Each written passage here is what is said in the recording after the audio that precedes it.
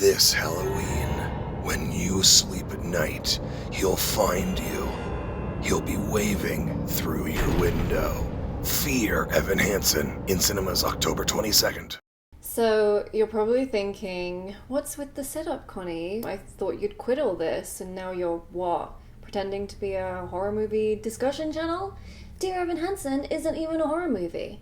Bit weird. And to that I say, well, first off, you're wrong. Dear Evan Hansen is the creepiest film I've seen all year. They simply just approached it wrong. And secondly, I didn't plan to make this video, okay? But the ghost of Connor Murphy has called me to arms, and now it is my fucking job to tell you all about the horrific mess that is the Dear Evan Hansen movie. It seems appropriate that the UK release date for Dear Evan Hansen is only about 10 days out of Halloween, because it is truly the most unintentionally creepy movie I have seen all year, which some have even described as ghoulish.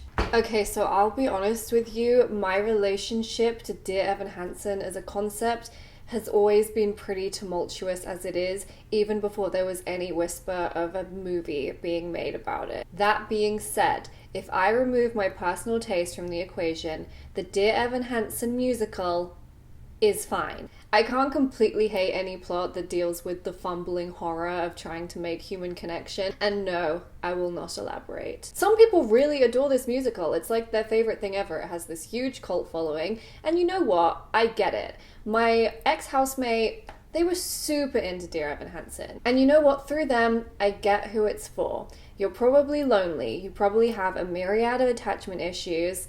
You probably really like La La Land, which is a personality flaw in and of itself, but it's okay, you'll get through this. I know a lot of parents also love it because it deals with that age-old question, what do you do if your child is a huge loser? Oh no, that's actually mean to little Evan Hansen. He's fine, he's just socially awkward and does a lot of terrible things. He just needs a friend. The soundtrack is also its own very unique vibe. It's not really like traditional musicals.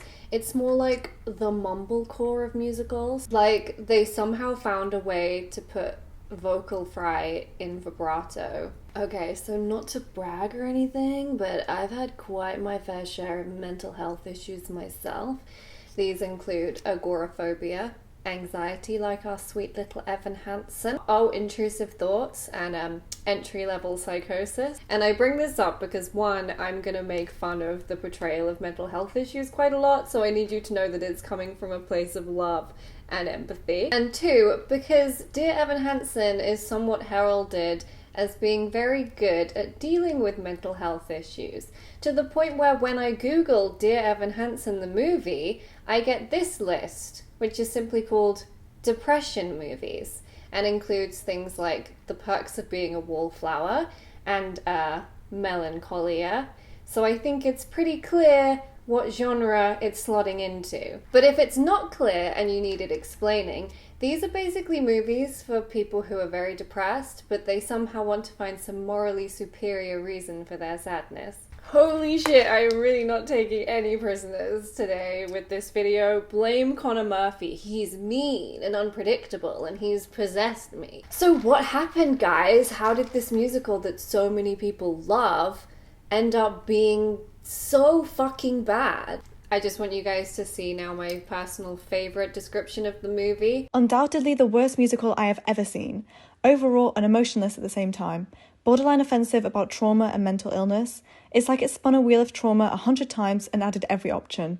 Jail to everyone. God, The Guardian even described Ben Platt's performance as ghoulish. Imagine your performance of a socially anxious high school boy being described as ghoulish. Ghoulish. Let's talk about the plot.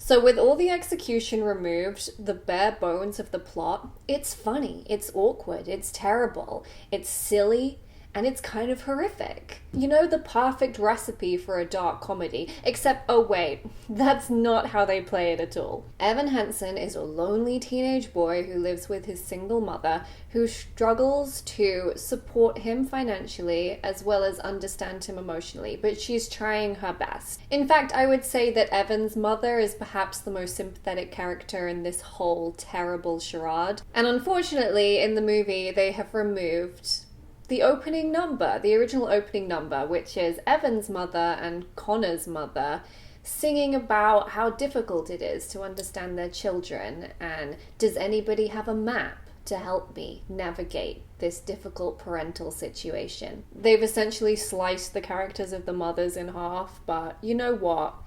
We'll get to the music later. Let's continue with the plot. So, as the wee baby ghoul Evan begins his first day at a new term of school, he's sporting a cast on his arm because he broke his arm over the summer from falling out of a tree. His mother reminds him to do his daily affirmations, which involve writing these mawkish letters to himself along the lines of, "Dear Evan Hansen, today is going to be a great day, and here is why." The school problem child and my personal favourite character in this whole mess, Connor Murphy, who also happens to be Evan's crush's brother. Yes, Zoe Murphy, Connor Murphy, they come up a lot. Anyway, Connor Murphy signs his cast and then proceeds to discover one of these letters of affirmation that Evan has printed out, and through some contrived reason which I've never really understood, thinks that Evan's done it as a way of making fun of him. I've never been clear on that whole plot, but anyway, he gets really angry about it and he pushes Evan over and he storms off with the letter. Right, so through no immediate fault of his own, Evan gets confused for being Connor's one and only bestest friend in the whole world because of Evan's signed cast and the letter that Connor had on him. Which wouldn't be a problem, except for the fact that Connor has just killed himself. Connor's parents are there, they're crying, they want to believe that Evan was the one friend that their loser, terrible, awful child had. So what would you do in that situation? What would you do, huh? What would you do? Obviously, you'd play along, and you'd get as much attention out of it as possible, and you'd hook up with dead guy's hot sister, and you'd vie for his college tuition fund. Naturally. Evan even goes so far as to rope in his one friend Jared into helping him backdate and fabricate all these emails that Connor and Evan supposedly secretly sent to each other. And now I know what you're thinking.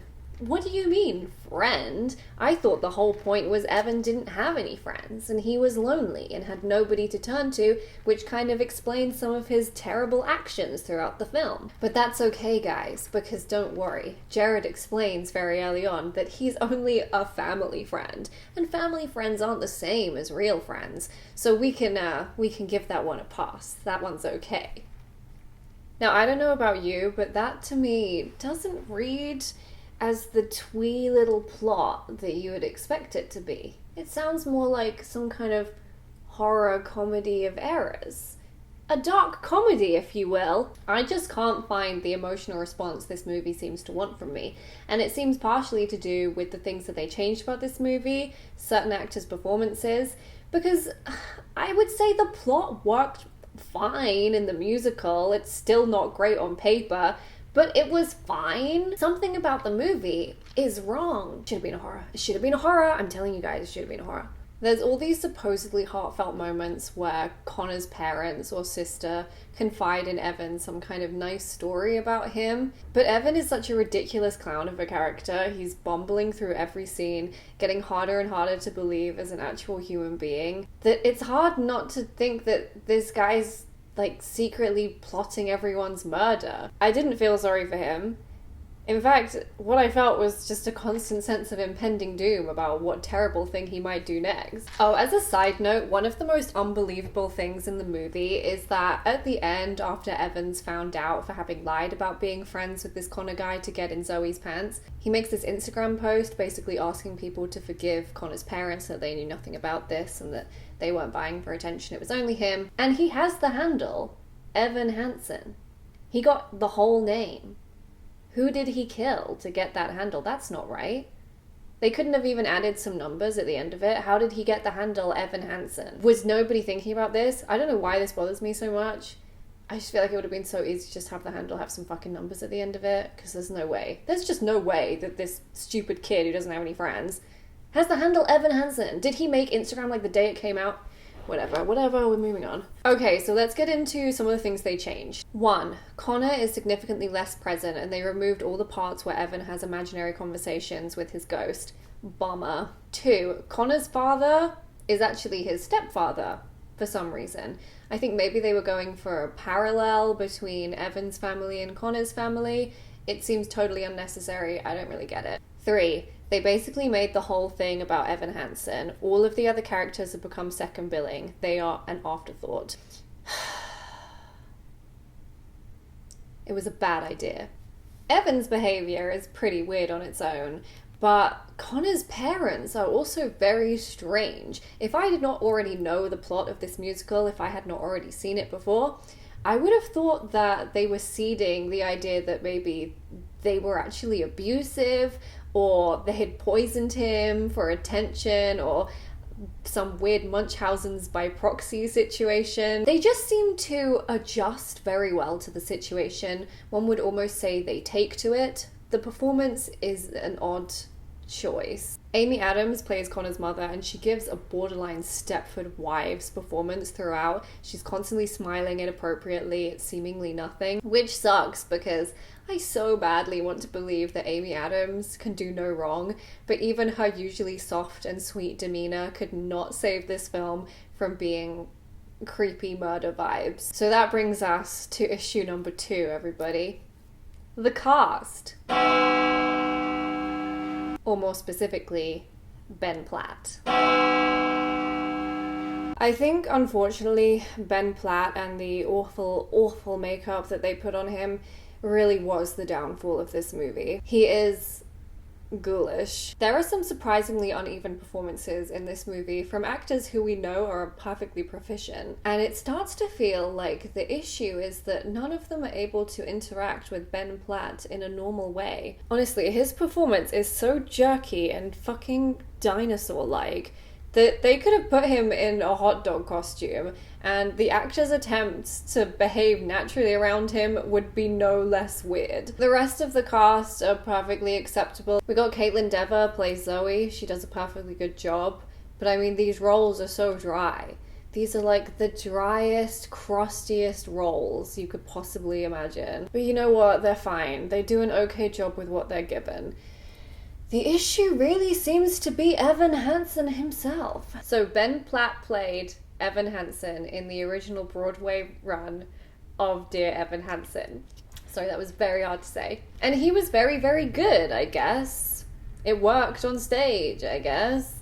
He propelled the musical into iconic territory, I guess. So there is a lot of Evan tied up in him. I will not deny this. To a lot of fans, he is Evan Hansen, and he always will be. He originated the character. I think it's fair enough to say that, yeah, Evan Hansen and Ben Platt, they're kind of one and the same. Unfortunately, Ben Platt is also now a 27-year-old man. But that should be fine, maybe. There's plenty of instances where grown adults have played teenagers in movies. Rachel McAdams in Mean Girls, Jesse McAuliffe in John Tucker Must Die. I mean, hell, even Caitlin is 24 in this, and she does a perfectly good job of playing a 17-year-old. So why didn't it work with ghoulish little Benny boy?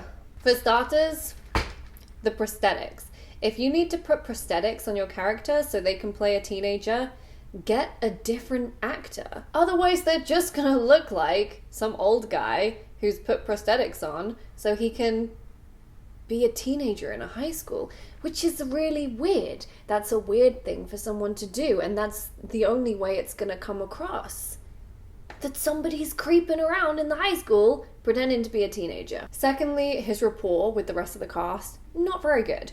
It feels less awkward teenager and more kid planning a mass murder event. And third, oh my god, he has one single beat. Wait, actually, he has 2 beats. He can do anxious, and he can do anxiously hopeful. Distinctly different. I really want to believe that the director tried to get him to do anything other than wobbling his lip and acting scared that, I don't know, someone was going to find the knife he was hiding in his bag, because that's how it comes across. But no, it's pretty much the same throughout. So weird. Florrie never wants to be in my videos, but Tiffin, all he ever wants to do is get on camera. Little bit of an attention whore, aren't you? A little bit like Mr. Evan Hansen. Ghoulish little boy. I don't know if this is going to be in frame, but my cat is here. I am not just touching myself. Okay, so there's even a more upbeat song when Jared and Evan are fabricating the backlog of fake emails that Evan and Connor supposedly sent each other. This is the fun song, perhaps the only fun song in the whole musical. And they have the dead Connor mime some silly lines that they put in his mouth, including, "My sister's hot, ha ha ha." Funny, good time. Now, the guy playing Connor Murphy, Colton Ryan, which, by the way, is the most American name I have ever heard. His name might as well be fucking Hunter America or something, I don't know. Anyway, Colton Ryan, he does a perfectly good job. He successfully switches from potential mass murderer Connor to funny puppet piece, bumbling through the corridors of the school, miming all these silly little phrases that they have in the email. Maybe it could almost have been funny. Except, oh yeah, then Ben Platt is there. I have no idea what the hell anyone who was working on this movie was thinking when they had Connor and Evan dancing together. It looks bad, my friend. Think drunk guy at a party trying to do a Mick Jagger impression. It just feels like someone would have said at some point, "Hey, Ben Platt, this stuff that works on stage, it doesn't necessarily work in a movie. Can we try something different?" But wait, oh my god, what's this, guys? I'm getting some kind of vision. Fuck. It all makes sense now. The producer of the movie is Ben Platt's father. So anyone who's been following this mess has probably seen the Ben Platt quote where he said, "Were I not to do this movie, it probably wouldn't get made." And I want to think that what Ben meant by that was that he was the insurance policy. They had this idea that because Ben Platt was so entrenched in the character of Evan Hansen, that people would go and see it just for him. It's an age-old Hollywood thing, the insurance policy. So he needed to be in it to have the project bankrolled. Let's read the rest of the quote, shall we? The reaction is largely from people that don't understand the context of the piece. The fact that I created the role and workshopped it for 3 years and did all of the out-of-town performances and originated it on Broadway and received the accolades that I did, and also not really understanding that were I not to do the movie, it probably wouldn't get made. All I have to do is let the work speak for itself. Hopefully, people will realize that this is ingrained in me. There was never any kind of discussion that it wouldn't be me. Wow, okay, Ben. I didn't realize you literally kinned Evan Hansen. I'll let you fucking shift into the Evan Hansen verse now in peace. So basically, what's happened here is that someone decided that the main selling point of this film would be, hey guys, Ben Platt back playing Evan Hansen. And Ben Platt himself didn't want anyone else getting their grubby little hands on his character of Evan Hansen and obviously messing it up. Which is ironic because obviously Ben Platt has ended up being the one to fuck it up. Now, Ben Platt can sing. He has some serious pipes and a voice like warm honey. He's a great singer. But you can already hear all that on the original Broadway cast recording. So his voice doesn't really add anything to the movie. It's almost like some strange Frankenstein's monster where they've just spliced half of the musical with half of this new idea. So that brings me to my last point, the music. The translation of the music in this movie is frankly bizarre. I think they were going for non-diegetic, which is what most musicals do, so the idea that the characters aren't literally singing, this is just what it feels like in their hearts. It works in most musicals, for the most part, unless we're talking about Enchanted or the best Buffy episode, Once More with Feeling, where they actively bring up the fact that everyone's breaking out into song. But it's very rare that you watch a musical and you go, whoa, what? Everyone's singing? Are they aware this guy is singing? Do they know this person's singing? You don't often get pulled out of the magic that way in a musical. You're not watching it and going, did they rehearse this earlier? What the fuck? And then Dear Evan Hansen came along and changed all that. I have never, in my whole life of being a musical theatre nerd, seen a movie adaptation of a musical fuck this up so badly. For starters, they cut quite a lot of the songs that put a spotlight on any character that isn't Evan Hansen himself. Although they did replace that song Disappear, the one that Evan sings with the imaginary ghost of Connor, which seems to be about how everyone secretly struggles with anxiety and they struggle with anxiety even though they're popular. But for the most part, Evan gets all the songs. And well, the issue with Evan having most of the songs is that it's really weird. I don't know who's to blame for this, the director or Ben Platt or I don't know, the editors, but it often comes across that Evan Hansen has actually started singing legitimately in real life, and all the other characters are just trying to ignore this weird kid that's burst into song. This is at its worst when Evan sings For Forever, which I think is the best song in the whole musical. It's about his imagining of what friendship would be like, what it would be like to make a real human connection. But that's completely overshadowed in the movie, where Evan is singing at the Murphys' dinner table while Amy Adams does her weird Stepford wife smile.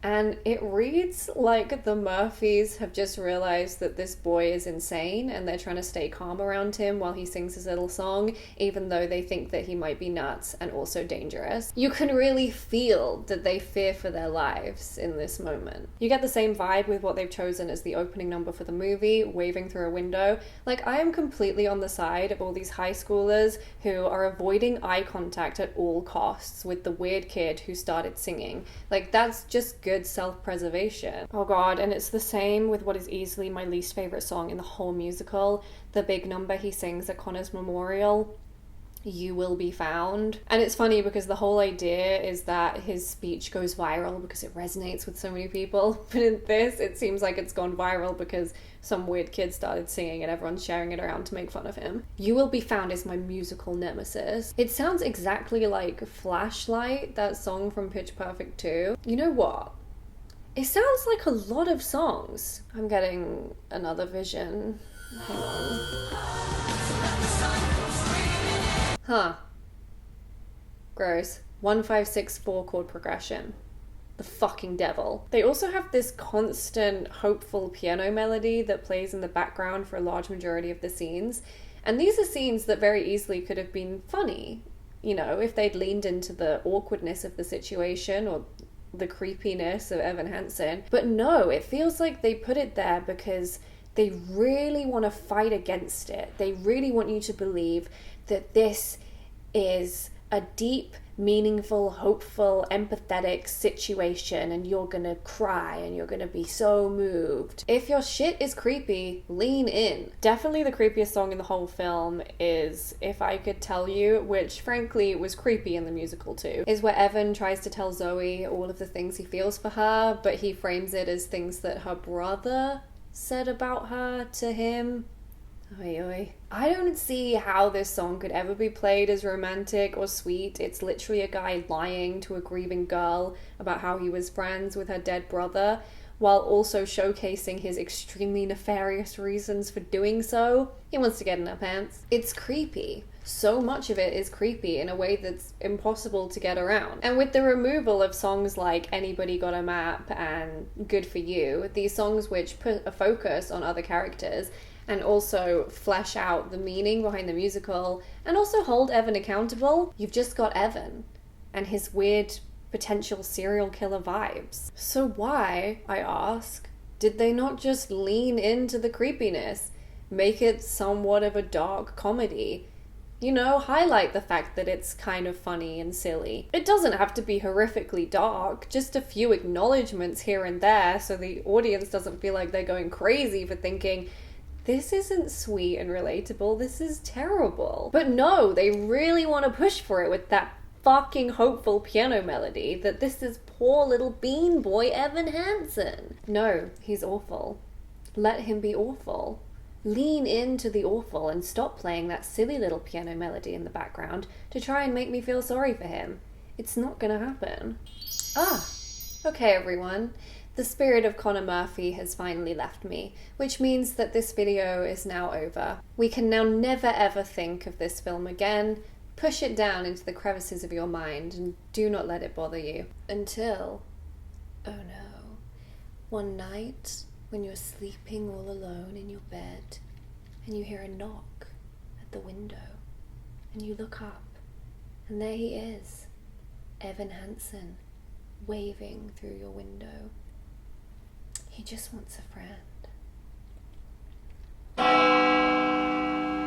So Evan Hansen, no he didn't. So Ben Platt played Evan Hansen in the original Broadway Try saying this 3 times fast. So Ben Platt played Evan Hansen in the original Motherfucker.